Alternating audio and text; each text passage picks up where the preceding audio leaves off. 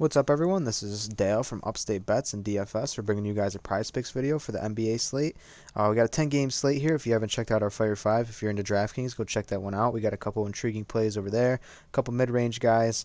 It's a big slate here. A lot to talk about. We've kind of highlighted a couple guys. I've noticed there's been a couple comments necessarily looking for us to kind of click on a few guys. We're not really here to push kind of lineups to you guys. We're not, fortune tellers. We can't tell really what's gonna hit. It's all chance, man. So I don't want to be on something and telling you guys to just throw your rent money or throw the house on it. You know what I'm saying? Just because there's all ifs in fantasy sports, man. But we can give you the best insight just in terms of research and just in terms of watching the games and what we see ourselves. So like I said, just be responsible in that aspect. And we're going to keep pumping content out for you guys. As always, if we didn't touch something in this video that you may find kind of informative to you or a line that you kind of like, just kind of write it down in the comment section. We'll try to get back to you. We always have been getting back to the comments, so that's no issue. So if you find something that you like, just let us know, even though we didn't touch it. So we're going to start off with points, man. Riaz, who do you like here in the points category? Yeah, we got a huge 10-game slate here on a Wednesday night, so definitely excited for this prize picks. But to start off here, the number one guy, LaMelo Ball, he's in a great matchup against Orlando.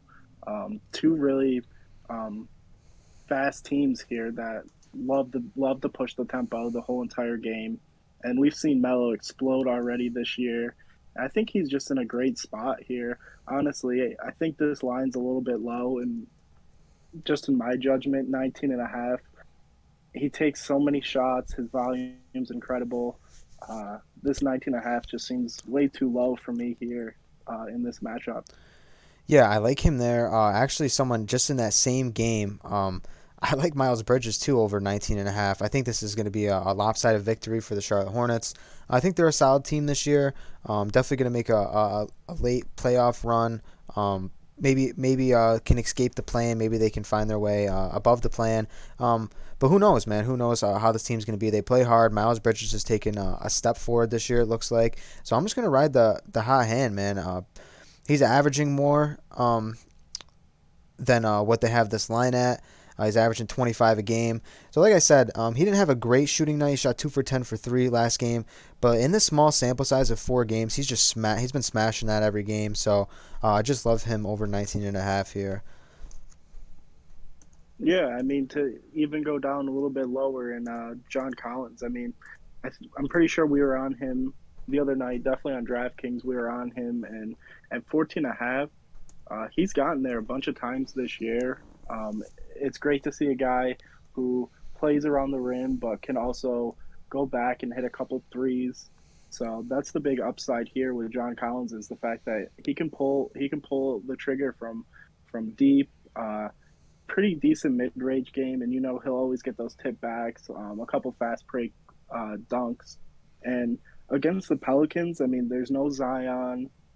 They have no Lonzo Ball anymore. It's just kind of Ingram at this point, and Walker. So John Collins is in a great spot here, and I think Atlanta wants to get going. So John Collins is in a great spot tonight. Jumping down a little bit lower, I think I'm looking at a guy that's just you know, it's either you touch the line or you don't. It's not a matter of if you take. Actually, he's a little bit above John Collins here. I like Harden. Um, it's just a matter of time, man. It really is. I might get burnt for this. He just might have just another crappy performance tonight. Obviously, like the whole free throw rule is definitely killing him. So, we'll see what happens. I know Steve Nash had something to say about it, but Steve Nash was also the same guy that was kind of chirping at Trey Young when he was doing the same thing, but now Harden is on his team, and he's got something to say about Harden not getting foul shots. It's got to come soon. This is a big game. I like Harden over 20.5. I also like him in his 3-point category. That's at 2.5. So I like him in both of those, man. So don't burn me for it. But it's just, come on. Everyone knows Harden's a superstar. He's got to get that soon. So I like Harden here at 20.5. Yeah, I mean, you would think with Kyrie not playing, he would get a little more uptick, and he just really hasn't found his shot this year. They're really relying on Kevin Durant this year, which is not to say that's unexpected, but Harden's a superstar in his own right. And then going a little bit lower, the last guy I have highlighted on my list is going to be Malcolm Brogdon. Um, I like him here just because I think he's been playing well as of late. He had a game where he didn't hit this, but everything else he's been shooting the ball well from deep. He's getting the intangibles. He's been a great DraftKings play night in night out. He's a great cash game player. Um, just like Brogdon in this spot, man. I think this is going to be a nice game for him. Against Toronto, I think Toronto plays hard. I know they're pretty good on the defensive end, but I don't think he's going to have a problem with Fred VanVleet there. I think he's going to hold his own. I think Brogdon, he stays right around this. It's not saying I don't think he's going to go for like a 30-point night, but I can see 24, 25 out of him. Yeah, without a doubt. And the last guy I'm going to touch on is Desmond Bane. With Dylan Brooks being out, he's getting a lot of run. Young guy, um, tons of upside, shoots threes. He just kind of does it all out there, and we've seen so far this year that he puts up a bunch of points. I mean, he's hit this over in the 3 games that he's played so far this year, and the fact that they're not moving this lineup to 15, 16, it just makes me think I got to get it while it's low. So I'm going to take the over for Desmond Bain at 13. Like that one a lot. Like I said, we've been touching all overs so far. I think the only under that when I looked at this slate that I was really on, crazy to say enough. I kind of like the Lillard under, man. He's been struggling to get the season started. He's just hasn't found his shot. He's like literally averaging like 15 points a game right now.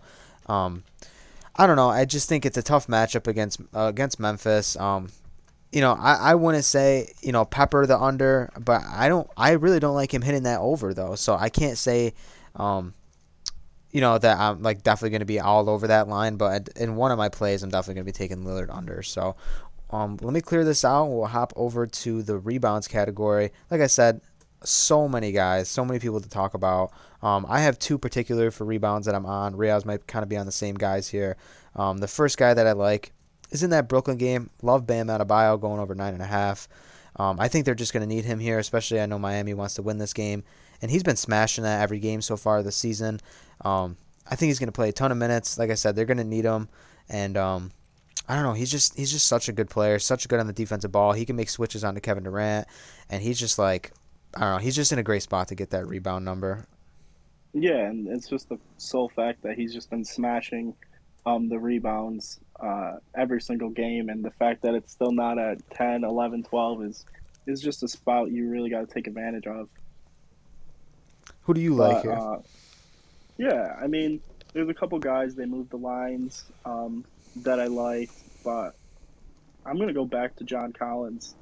Uh, we've seen games where he gets up to 12, 13, kind of hovers around the 7, 8, 9 area. I think this is a game where he is going to take advantage of the Pelicans in this spot. He's just an awesome player. He just he jumps out of the fucking building. So I mean, it's just crazy to see.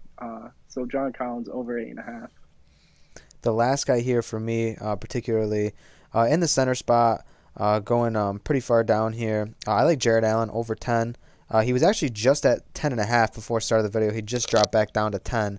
Um, I like him here. The past 2 games, he's grabbed 14 and 16. His minutes have been trending upwards. I think he's a good fit with this Cleveland team so far. And they're playing against LA, and I don't think he's gonna have a problem down there with Zubac. Or if they throw in who's that Hardenstein or whatever his name is down there too. I don't think he's gonna have a problem with either of those guys. I like Allen here to just clean the glass tonight and over 10. Yeah, I mean to stay in that same game with Zubac, I actually like his under. I don't think he's going to get that much run in this game. I think he gets in foul trouble early, so I don't think he's going to have the opportunities to grab as many boards as people would think. So I'm going to take the under at 8. We'll hop over to assists. For assists, man, It's really tough. A lot of these are kind of just right where they need to be, in my opinion, and it's such a small sample size so far that it's just like there's some games where people get 1-0, and then they go for 8. So these lines, they're not really. Give it 20 more games, we're going to start seeing some really interesting lines for assists. So right now, I think the only one that's just like it's not like it's like super flashy either. I like Jaylen Brown against Washington, over 2.5. Um, he just left the screen. I don't know where he went. Okay, here he is. Yeah. So, like I said, there was a game he had 0, but then there was 2 games where he did get over that. And then the game against Toronto, he was dealing with an issue. Was that the game? I think he left with injury that game. Um, just has the ball in his hands, and then like again, take the game against the Knicks with a grain of salt. That was an overtime game. So, um, do I think he's going to go out there and get a double double with assists? No, but do I think he can get 4 or 5 this game in an uptick spot against Washington? Yeah, I think so for sure. Especially because Tatum's got a hot hand right now, and they're going to want to feed him the ball, and I just like Brown in this spot, so I'm gonna just pepper him an assist. And I don't know about you, Riaz, but who do you like? Yeah, I like Alexander Walker. I mean, I know he's not much of the assist guy. That's why they have Devontae Graham, but I would rather take the discount here, not take Graham getting over 5.5. Walker's only got to get 3. That's not a horrible spot for him. He plays 30, 35 minutes. The fact that he can't get 3 assists, just throwing it down to Val or swinging it over to Ingram. I think he's in a great spot to hit this tonight. Yeah, is that the only guy you like here in assist? Yeah, pretty much. Uh, I mean, I don't mind Van Vliet. He exploded for 17 assists last game. I think he's starting to really trust his team, and they got to get the ball more to Precious down low. So I think he's in a good spot to hit that over as well. But those are just the 2 guys I'm really looking at for assists. Yeah. So other than that, man, we'll hop over to 3 pointers made, and yeah, I always love this statistic. One of my favorites to take some props on. Back again here, man. Love Harden. I already talked about him once, so I'm not gonna go too hard on that.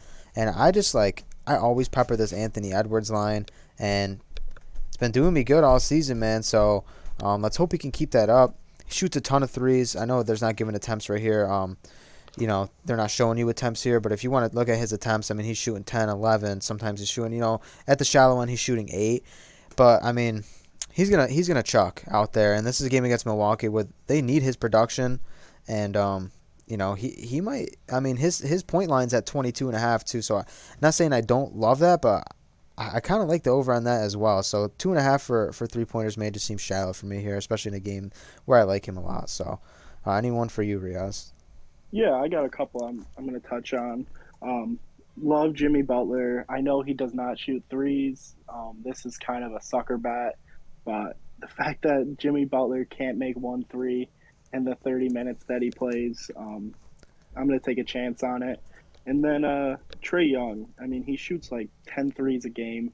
He's been struggling the whole entire season. I think 2 is just way too low for him. And there's another guy I'm going to touch on with 2 that I think is just way too low for the volume that they put up threes. And that's Bradley Beal as well. He's sitting at 2. So I like both of those overs. I think they shoot a ton. Both of them need to get going. Both their teams are actually playing pretty good this year, surprisingly how young they are. So I'm going to take Butler, Trey Young, and Bradley Beal in the 3 point. The last guy for me too, down low. He's having an awesome season so far, in every statistic, and that's John Morant. I think this is just a spot where he definitely can hit over that. He's gotten over that twice this year, and I mean they've been just sagging off of him. Obviously he's not proven to be an awesome shooter, but it looks like he's been working on that shot in the off season, man. So I like Ja here over 2. I think this is gonna be a high scoring game, and I don't know. I just think that they might not trust it yet. So I just think that he's got a point to prove, and shown that he's improved that 3 pointer. So I like him over 2 as well.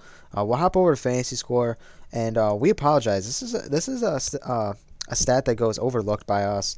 But lately I've been liking it a lot, man. I think there's a couple on here that really catch my eye, and I'll have Riaz start on this category though, but there's a couple people who do ask us what we like for fantasy score on a night in night out basis, and we're gonna start covering it just a tad bit more. So who do you like first? Yeah, it's kind of a guy I've been on all year, and that's Wendell Carter Jr. I think he's in a great spot against the Charlotte Hornets.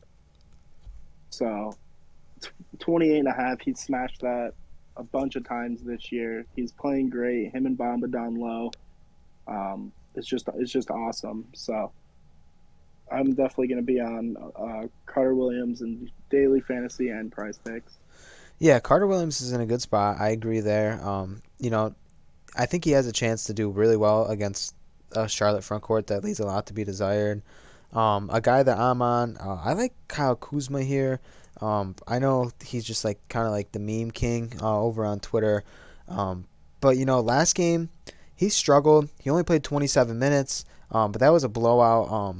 So I mean, yeah, he shot 0 for 5 from three and 3 for 11 from the field. I mean, I don't know. He's not a guy that's gonna like get to the line either, but I don't know. He's got a chance to like really grab a crap ton of boards. I mean, like every game so far, double digit rebounds, and if he can get a shot going, I think he can just get over 30 easily. And then I expect him to play around like you know 31, 35 minutes in between there. I mean, this is a game that should probably stay a little competitive. I know I'm a little biased towards Washington a little bit, but I believe it's going to be a little competitive. So I like Kuzma there over 30 as well. Yeah, and the last guy I'm going to touch on is LaMarcus Aldridge. Going into the season, we really didn't know his role. We know there's a lot of people that the Nets have down low, but LaMarcus has really found a nice little spot here in Brooklyn. We've seen him go for 35 fantasy points. Opening night, he didn't really play that much, so I'm going to kind of throw that out. Throw that out.